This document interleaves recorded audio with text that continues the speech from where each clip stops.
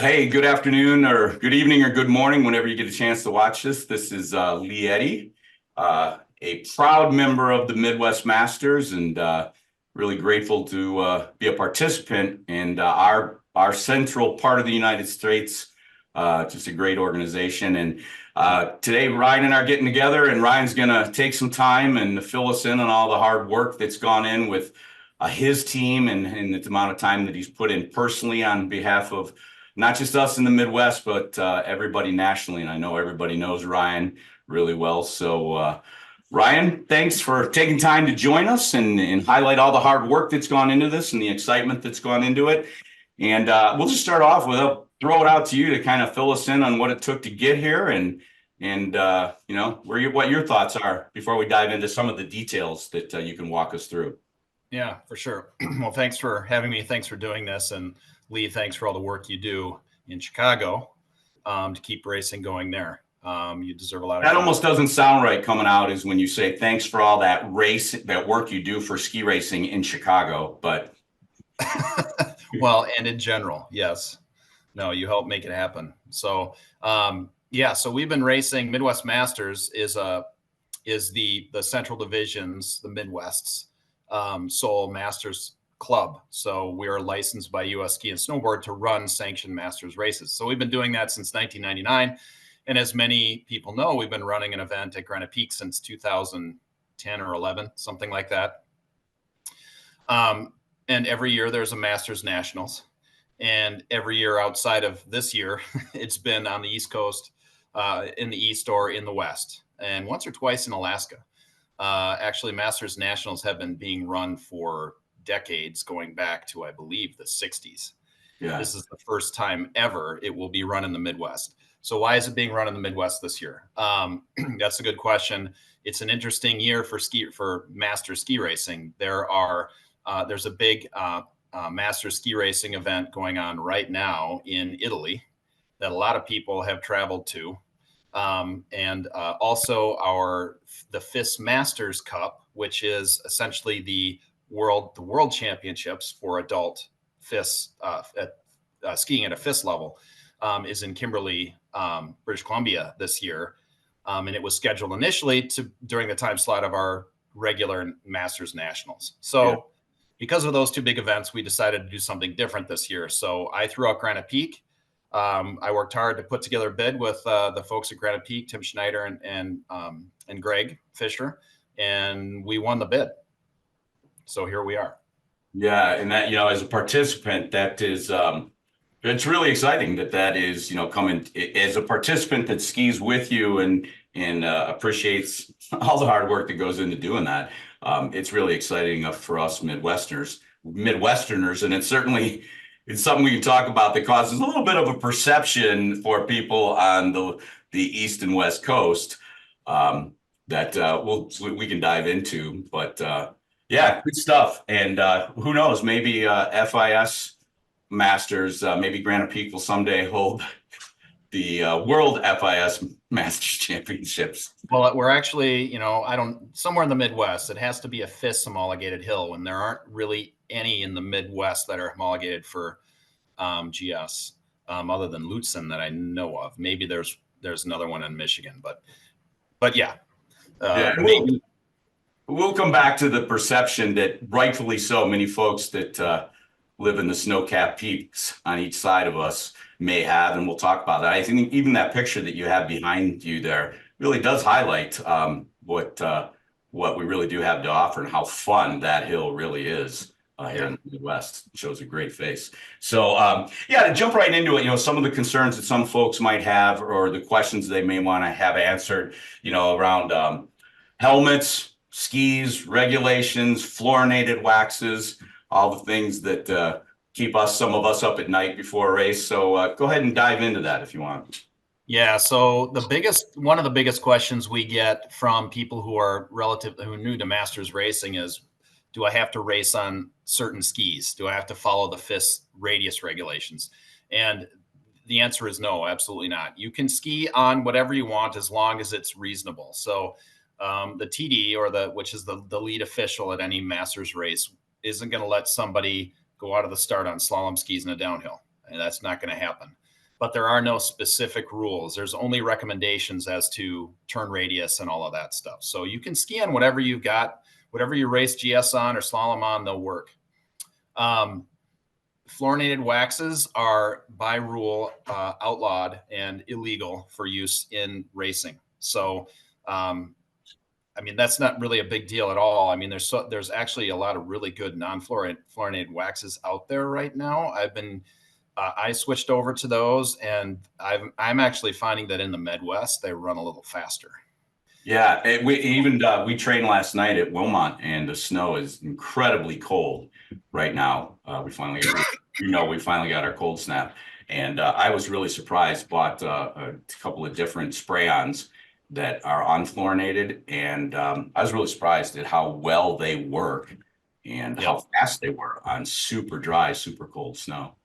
Yeah, I think at higher speeds there are some question marks about the waxes, but I mean, we're talking 70 miles an hour where it affects you much more.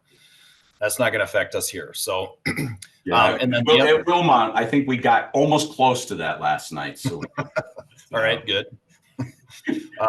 The other big one is helmets. So there is a rule with helmets. So there's what's called a FIS sticker. We all call a FIS sticker that is on the back of racing helmets. And that means that helmet's approved for racing. So if you're racing in GS, parallel GS, or Super G at nationals, you need to have a helmet with one of those FIS stickers on it. Now, the odds are if you bought a new racing helmet in the last probably 5 or 6 years now, it probably has that FIS sticker on it. And for slalom, you can wear pretty much any racing helmet. It can be a soft-geared helmet. It doesn't need to have the FIS sticker. And if you don't have a FIS stickered helmet, Fuchsia, many of you know who Fuchsia is. Fuchsia is going to be out at nationals. We're going to have plenty of helmets that you can rent or borrow or even buy at a great discount. Fuchsia is working on some great deals on helmets for us out there. So don't worry about that. That shouldn't stop you from coming. So as far as rules, that's pretty much it. And if anybody wants to side hustle manufacturing FIS stickers, might be an opportunity. They are out there. I know they are. So cool. That's good, especially knowing that Fuchsia is going to be there for folks that may inadvertently, show up without that. But if they're watching this video, shouldn't be the case. Yes. Yeah.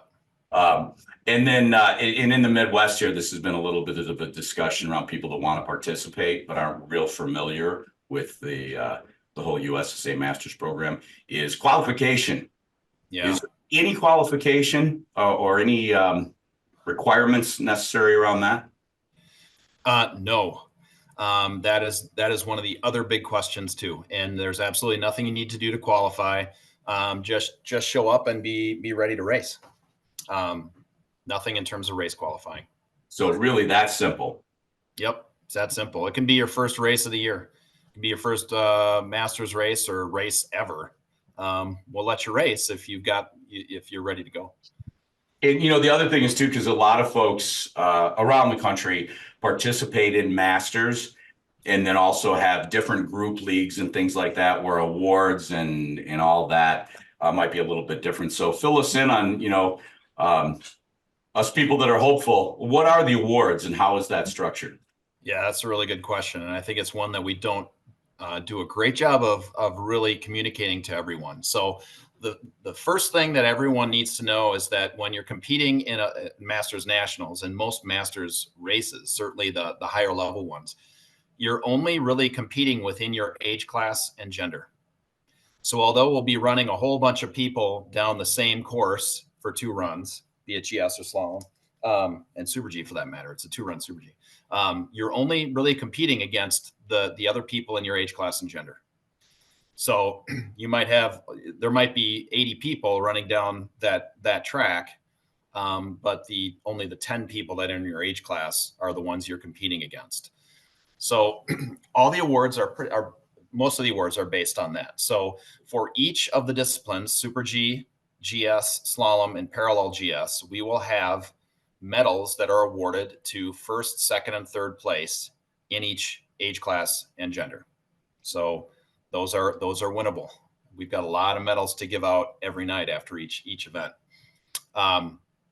Then, so those are the discipline awards. So we also have an overall.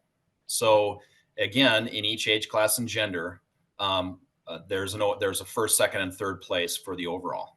So that means you have to compete in. It's technically the first Super G. There are two Super Gs at the event. The first Super G, the GS, and the slalom. And you have to not only start but finish those races. You can't DNF or DQ, and you're out. If you do that, you're out of the overall. So once in a while, we'll see people hike at these events, which is still legal in our events. So you can hike as long as you keep moving and you hustle. If you start and finish those three events, you're eligible for the overall in those. Yeah, that's a great point to bring up, is because people being aware, pushing out of the start gate, that even if there's a snafu and you have a little challenges, you're still in the running for the overall, to remind yourself, if it's appropriate and safe, to make that little hike, get back in. Yep. Yeah, that's a really good point to bring up that I think people, oftentimes myself included, you forget. Yep. In your frustration. Yep. And then there's also the Masters national team that individuals can win. And that's basically the fastest racers in each age class and gender.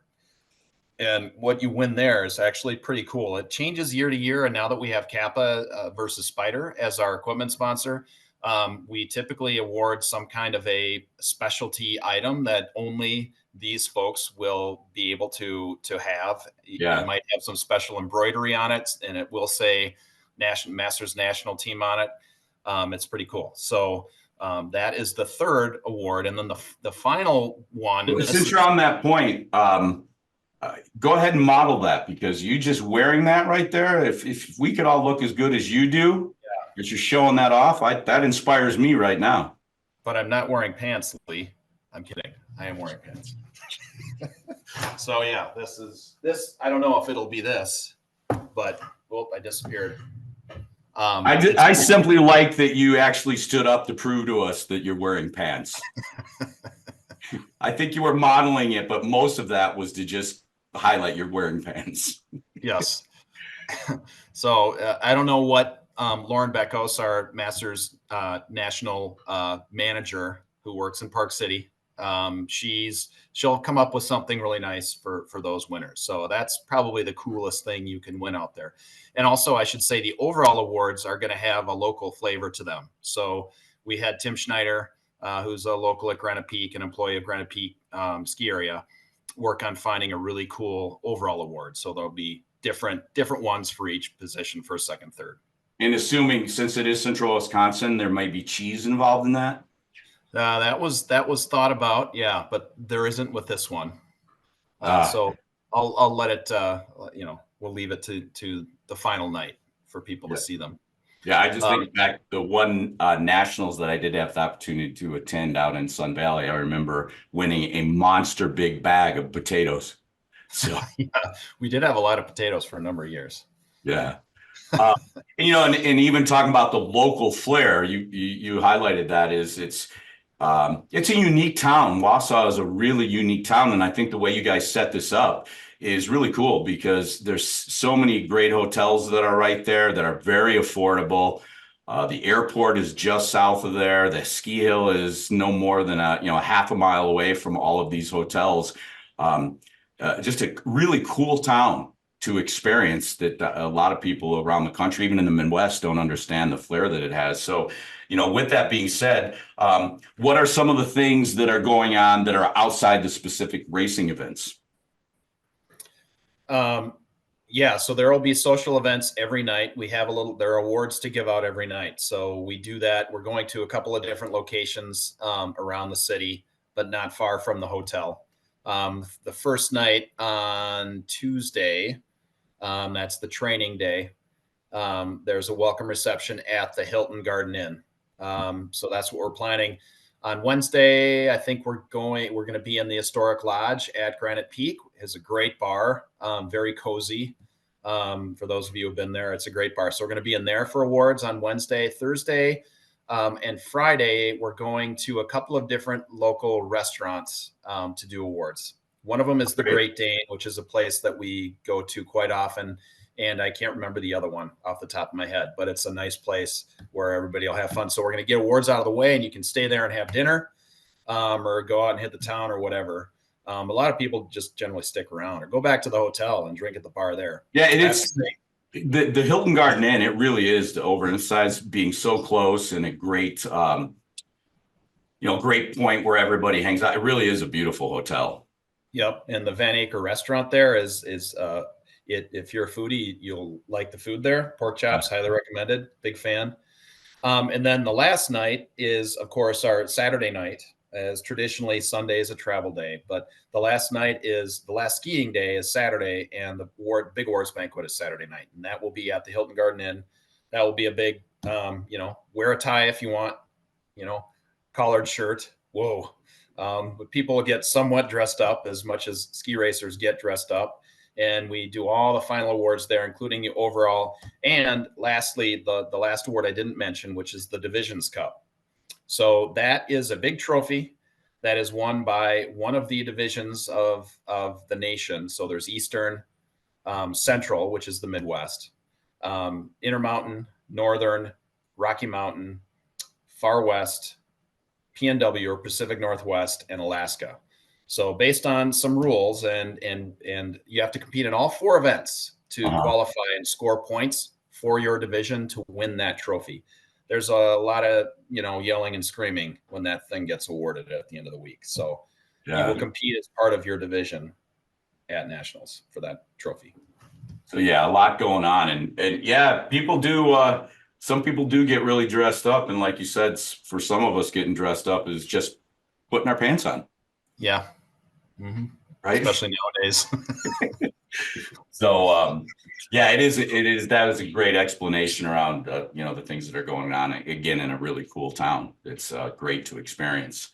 The other thing is there's always a lot of conversation around, or sometimes the perception of overcomplication around license and all that stuff, the master's license, when it really is quite simple. So take us through, what your recommendation is on how to best handle that and keep it simple. Yeah, so to race at Masters Nationals, which is this country's biggest event in terms of master ski racing, you do have to have a full season master's license. So at divisional events, you can buy what's called a short-term license. So that works there. But at any point, if you buy a short-term license, you can always upgrade to the full license without paying any more. So, but anyways, you have to have a full season master's license for this event. So that can be purchased on usskiandsnowboard.org. The cost is $135 for that license, which is a little pricey, especially when you consider the cost of the race fees are $45 per race. So that is a spendy race, but this is Masters Nationals too. So the awards are really nice. I mean, they're high quality medals, and the experience you're going to have is top notch. So, we like to say the value is there. It certainly is. So those are the cost. So $45 per race. And again, there's 2 Super Gs. So there's 5 total races you could compete in, plus a training day at $45. And we will provide coaching for that day. And that includes Super G. Yeah. So that's the cost. Now I wanted to squeeze in here that we are considering, and this requires approval by the Midwest Masters Board, a special grant to people that are new to Masters racing, where we will waive part or all of that Masters license fee. So if anyone out there who's considering doing this and you've never done Masters racing before, but you've done a lot of racing otherwise, this is a great way to get introduced, because you are going to dive headfirst into Masters racing. And if we can get this passed, which I'm fairly confident we can, we'll provide you some cost savings, either via a refund, via this grant program we're working on. So news on that will be out on our Facebook page, the Midwest Masters Facebook page, perhaps on the US Alpine Masters Facebook page too, once we figure that out. Yeah, that's a great option. It really is, for people that really want to be a part of it, but just haven't had the little push over the edge to get involved and take advantage of it. Yeah, and also I should mention that same license works for Masters races for the rest of the season. So I know a lot of the folks in your neck of the woods, Lee, the Tawtree folks, Polish Championships are out at Breckenridge in March, and at the tail end of that, the Saturday, Sunday, are some Super G races that are sanctioned Masters races. So that license would cover them for those races. So they just pay the race fee. Also, our race at Spirit Mountain, the beginning of March, and next weekend at Wild Mountain, if anyone wants to attend that race. So, yeah, we may. It's going to be a little lean for us because of the timing and some of the challenges that came about that. But I think Ryan, nobody else is going to know anything about this. But I think Peter Lubliner might be up there trying to see if that the belt fits him. Peter Lubliner will be representing on behalf of Chicago, Wilmot. yeah. But yeah, that was a great point. And actually too, just bringing it, kind of highlighting this a little bit is, yeah, that the Tatry Polish race has taken on a lot of traction. There's been a lot of excitement about that. And, I think hopefully we'll be able to announce to more people through Midwest Masters and through Tatry that everybody's invited to that on the front end, which will be an incredibly fun race. For those of you folks around the country, or especially Rocky Mountain Masters in, the Dillon Frisco area, that will be very fun. And if you don't know the Tatry group from Chicago, it's worth investing to get to know the Tatry group from Chicago. Absolutely. Yeah. They're the Polish community, and a huge Polish community in the United States, especially in Chicago, but they're having their big championship out, and we're doing that out in Breckenridge, and they are a very fun group. But almost to the point where you have to maintain yourself, because then there's 2 big Rocky Mountain Masters races the following 2 days. So pace yourself is always the advice we give when we're having fun with the Tatry games. Yeah. So that'll be great. And then also for Wausau, they're booking rooms. We had chatted about it a little bit just a couple minutes ago, but rooms and availability and ease and cost and all that. Fill us in on your thoughts of that. Yeah, the room, there are still rooms available. Last I checked at the Hilton, there's a slightly less expensive option at the Fairfield Inn and Suites. So at the Hilton, it's $155 a night under the block, and at the Fairfield Inn and Suites, it's $125 a night. So you can call up, and technically the block has ended, but since rooms are still available, they should be still continuing to honor that block nightly rate. And that is a fantastic rate compared to what the market rate is going to be at that period of time, especially at the Hilton Gardens Inn and Suite. And that's the best hotel in Wausau. It really is. And it's literally 2 minutes from the ski hill. You just drive down the road like a mile and you're there. Yeah. So, and also just to hit on costs too. So lift tickets. So Granite Peak has a racer ticket for $75. So there will be a QR code that you'll be able to use to purchase those. And information on that will be forthcoming. So you'll be able to get a daily ticket if you don't have an Indy Pass. Granite Peak is an Indy Pass resort for $75, which is a decent discount over the daily rate.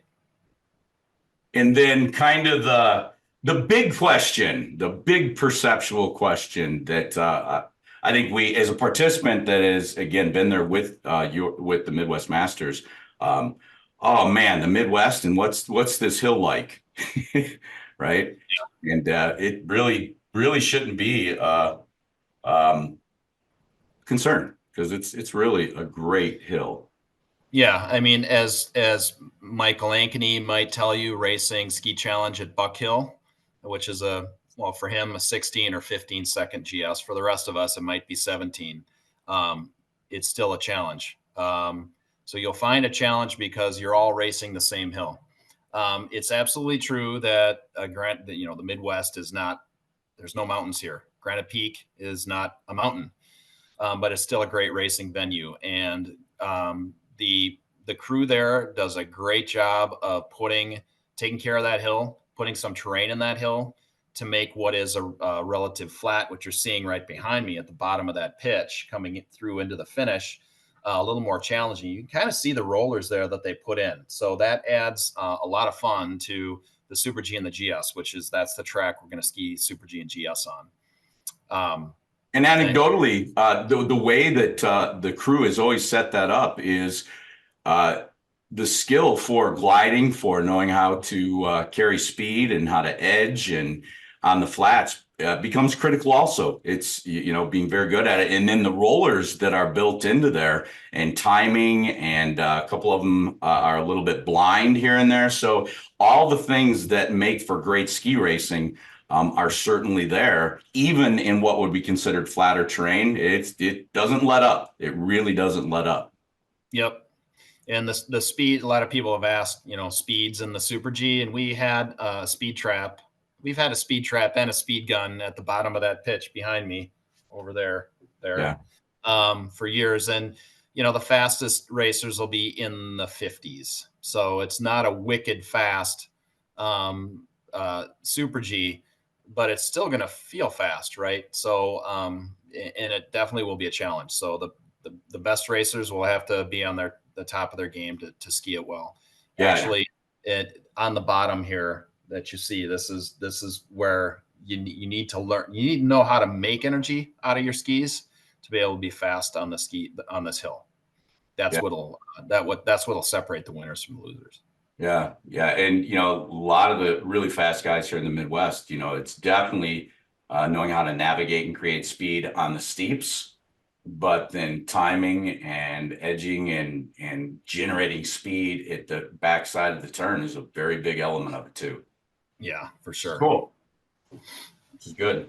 Um, and then what skis, you know, and even out west, out east, depending on the set for Super G, it's you know, do I go with the longer GS ski, or do I use a Super G ski? What are your recommendations on what you think the hill will be set like and what would be best?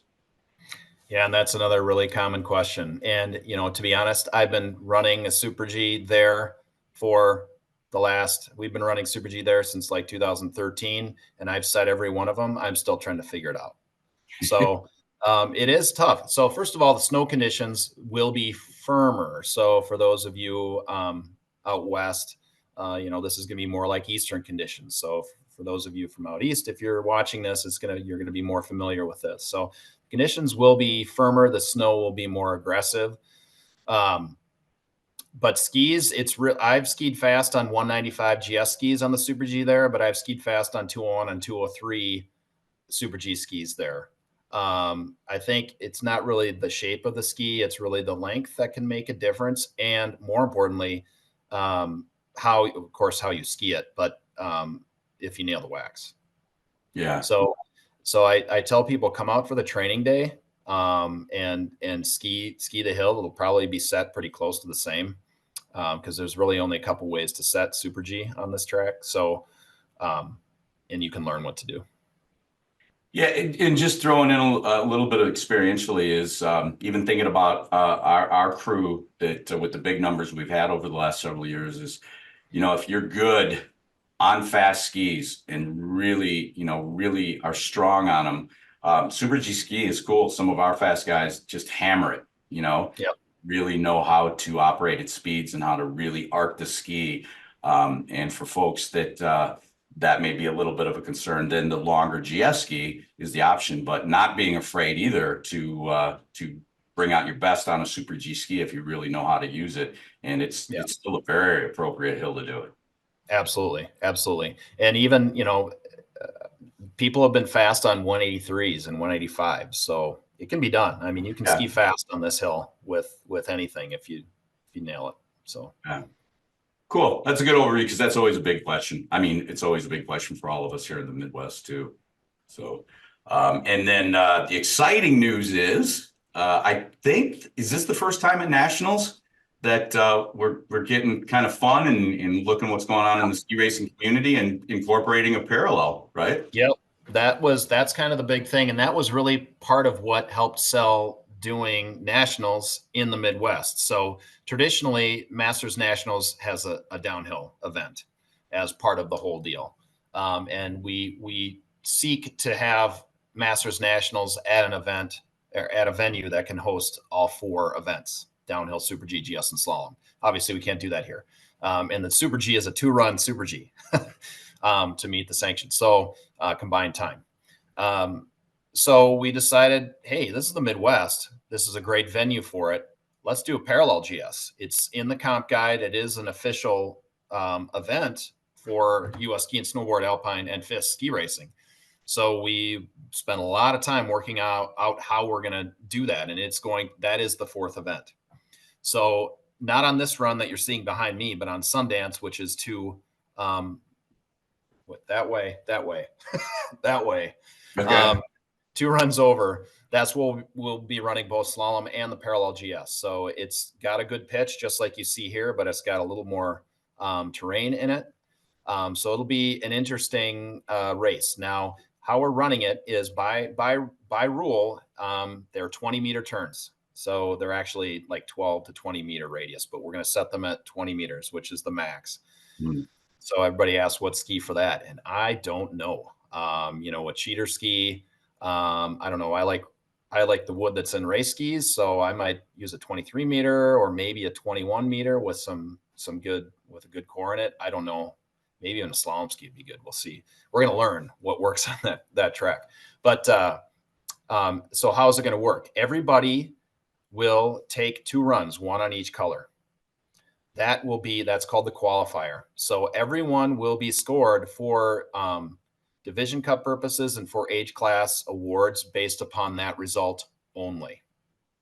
So it's almost like a GS. But then after that, we're going to take, and it depends on the group that you're in. And I should talk about age class groups.